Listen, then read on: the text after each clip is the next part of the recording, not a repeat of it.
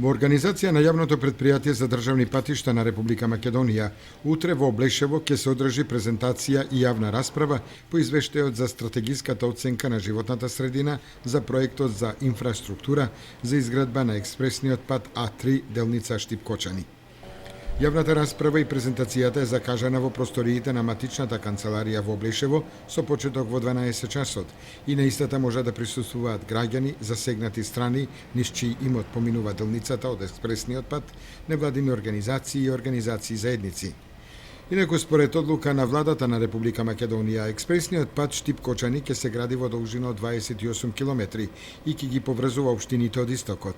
До сега се завршени студиските испитувања на теренот, каде што ќе се гради делницата, започната е експроприацијата и според најавите, експресниот пат ќе започне да се гради кон крајот на оваа година.